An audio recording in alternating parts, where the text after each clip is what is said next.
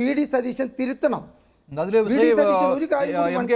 പറയുന്ന കാര്യം എന്നത് അതിലെ ന്യായീകരണം എന്ന് പറയുന്നത് കഴിഞ്ഞ സർക്കാർ പിണറായി സർക്കാരാണ് നയപരമായ തീരുമാനമെടുത്തത് വീര്യം കുറഞ്ഞ മദ്യത്തിന്റെ കാര്യത്തിൽ. അത് പറഞ്ഞുകൊണ്ടാണ് പിണറായി സർക്കാരിന് മേൽ ഇക്കാര്യം കെട്ടിവെക്കാൻ നോക്കുന്നത്. ഞങ്ങൾ നികുതി ഘടന നിശ്ചയിക്കുക മാത്രമേ ചെയ്തുള്ളൂ. അതല്ലാതെ ഈ വീര്യം കുറഞ്ഞ മദ്യവിപണിയിലേക്ക് വരുന്ന ഒരു കുത്തക കമ്പനിയെയും ഞങ്ങൾ സ്വാഗതം ചെയ്തിട്ടില്ല.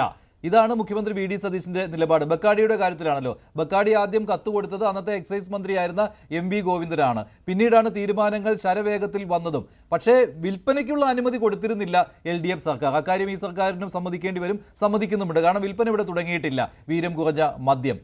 പക്ഷെ അങ്ങനെ ഒരു തീരുമാനം എടുത്തതുകൊണ്ട് ഞങ്ങൾ അതിന്റെ നികുതി ഘടന നിശ്ചയിച്ച് നൽകി. ആ ഒരു ന്യായീകരണത്തിന് അത് വിശ്വാസ്യതയുള്ള ന്യായീകരണമാണോ? അങ്ങനെ പറഞ്ഞുകൊണ്ട് ഒഴിയുവാൻ പറ്റുമോ ഇല്ലയോ? മഞ്ജുഷേ, ഈ കാര്യത്തിലെ മഞ്ജുഷേ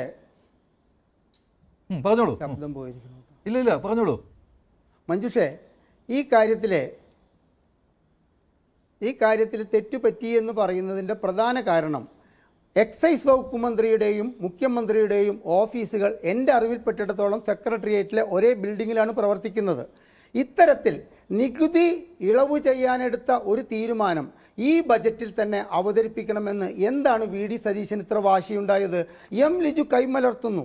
എന്നോട് ചോദിച്ചിട്ടില്ല, ഞാനുമായി ഡിസ്കസ് ചെയ്തിട്ടില്ല എന്ന് എം ലിജു, അതായത് ആരെ, എക്സൈസ് വകുപ്പ് മന്ത്രി ഇവിടെ പറയേണ്ട ഒരു അവസ്ഥ ഉണ്ടാക്കേണ്ടതായ ആവശ്യം എന്താണ്?